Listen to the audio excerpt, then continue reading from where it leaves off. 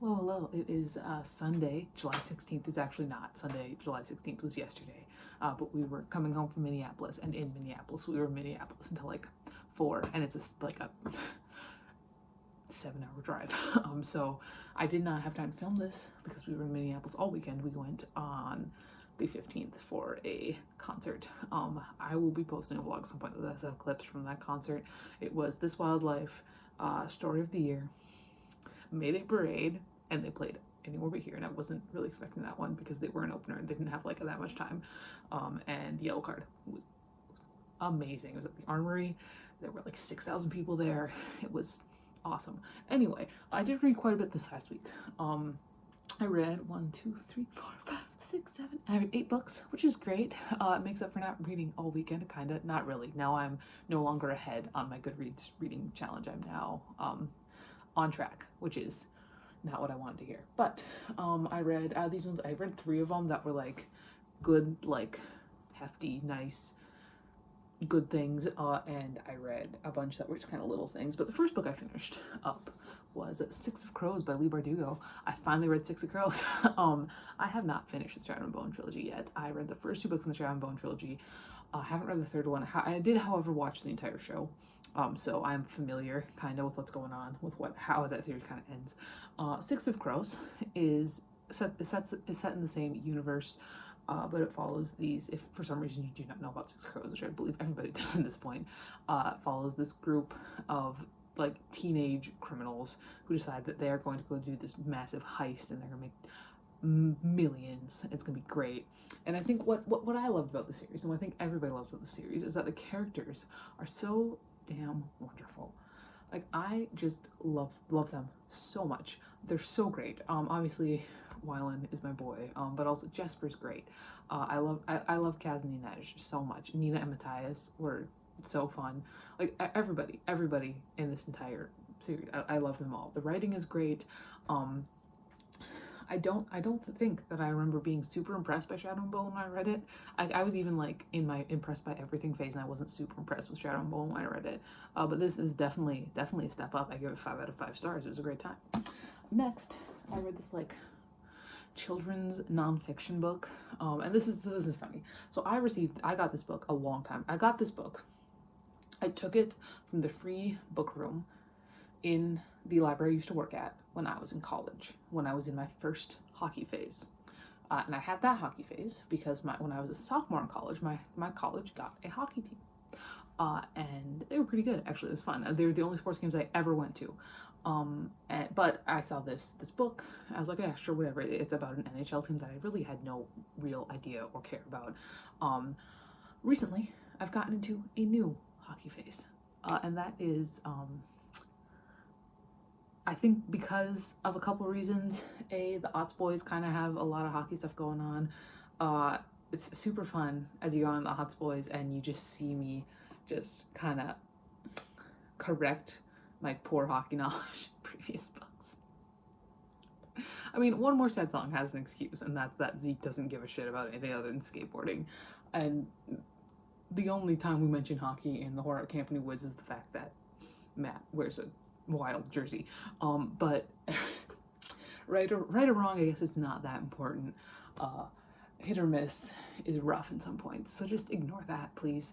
But anyway, it was a mixture of that, the fact that I'm working on those books a lot, and also the fact that my TikTok For You page started showing me a lot of NHL stuff, because I think like the draft happened, and then I ended up getting on a big, heartthrob for the hockey girls is, of course, a young man on the New Jersey Devils. And that's, of course, Jack Hughes. And I actually saw a picture of this guy before I was deep in hockey talk. I saw a picture of him, and oh man, I tried to get this cuff, but I put it on my deformed ear, and it doesn't quite hook. I don't have much. I put it way on the top. It's not where it's supposed to go, but that's the only part I have an ear on. I should have put on my other ear. Anyway, when I was born, I had a deformed ear, and the doctor was like, should we fix that? And my parents were like, well, should we be able to hear? And the doctor was like, yeah. They were like, whatever, which is fine. I used to tell my friends in elementary school that I was half elf. But anyway, I actually saw a picture of this guy before I got onto like months before I got back into hockey. I was like, oh, that's what Ashton looks like from the One More Sad Song from the Odds Boys series. So if you've read Odds Boys, you're like, oh, what does Ashton look like? He looks like Jack Hughes. But anyway, this is the only book I have about any certain team, and I'm getting into the New Jersey Devils now because that's all that I'm seeing, and I'm like, yeah, sure, whatever. And the book that I had was a book about the New Jersey Devils. So I read this. Oh, I don't know. It just, you know, give you some knowledge, I guess. It was I don't really know what to say about it.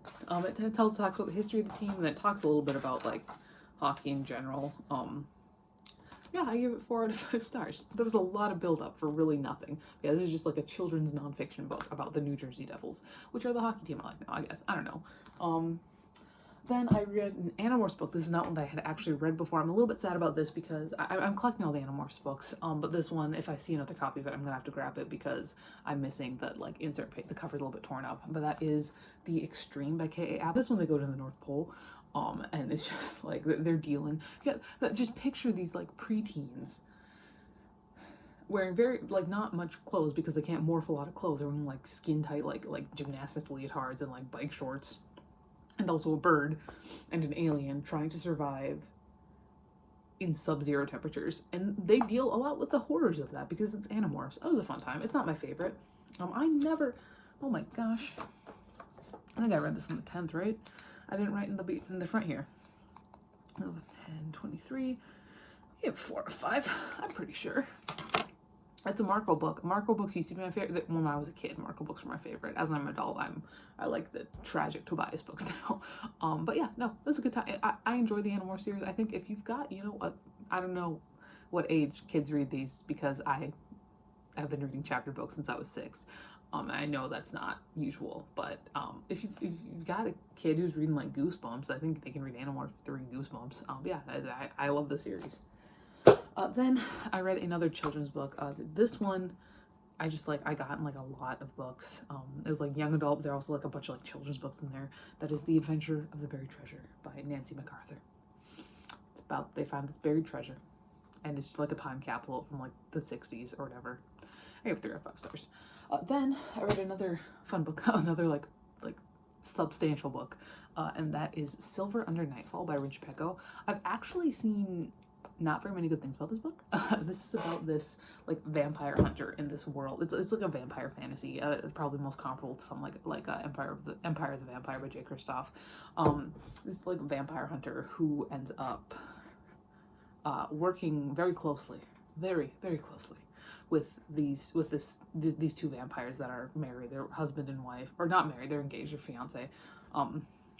They're about to be husband and wife, and he ends up like they're both like way into him, and the tension in this book is immaculate.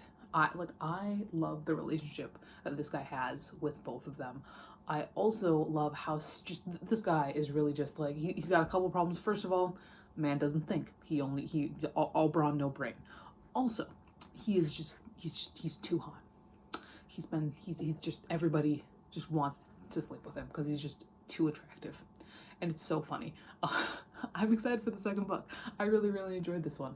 I like the writing was fun. This is my first book by Chupeco. I know that they've written other things that got fairly popular in years prior, but this is my first book by them that I've read, and I loved it. I thought it was super fun. I like vampire fantasy. I do. Or vampires are like stuff like this. I really liked Empire of the Vampire too. I'd be happy to see more of it hit the shelves. Yeah, it was a good time. I think I gave this one 5 out of 5. No, 4.75 out of 5. So not quite 5 out of 5. Then I read a volume of Bleach. That is volume 60, which is part of the Quincy arc? I believe it is. This is where we get the backstory to Ichigo's parents and stuff like that. This is Ichigo's mom, I think. Pretty sure. Yeah, I haven't read this series in order. This is my first manga series, and anime series, and I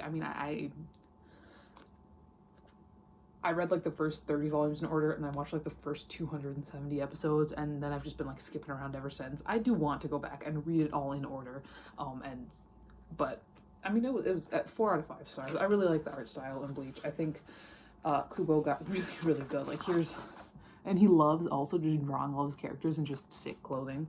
Oh, here's the colored version of that picture. I give 4 out of 5 stars. It was a good time. Then I reread a classic, and it was fun to read this classic without having to worry about teaching it or grading papers about it for the first time in 3 years. Because I reread A Separate Peace by John Knowles, and this is one that I would have my sophomore year when I was teaching high school English. But I do enjoy this book. This is about these two young men, these two high schoolers in, where are they? New Hampshire, I believe they're in New Hampshire, during World War II, and they are just plagued with the fact that they're going to be entering the war very, very soon. And we follow these two guys, Phineas and Jean. And Jean they're roommates. Phineas sees them as like the best of friends, and Jean sees them as like, this guy is going to do so. He's so much better. Jean is super insecure about everything. And every single time I teach this book, without every single class that I had taught, at one point, at least one of them was like, so like, they're gay, right? It's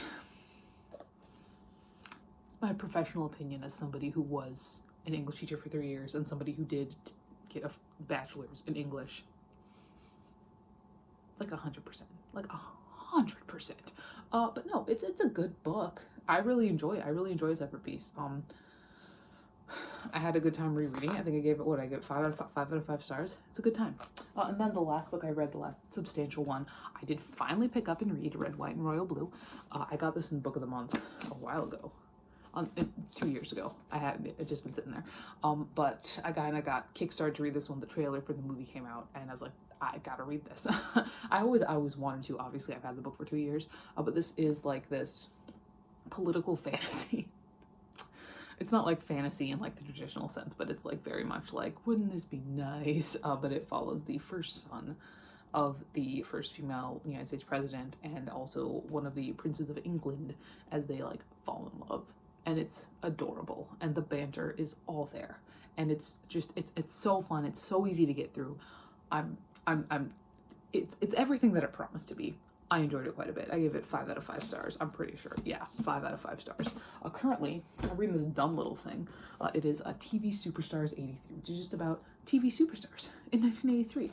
The only one that I really care about so far is Mr. John Schneider from Dukes of Hazzard. But yeah, this is what I'm currently reading.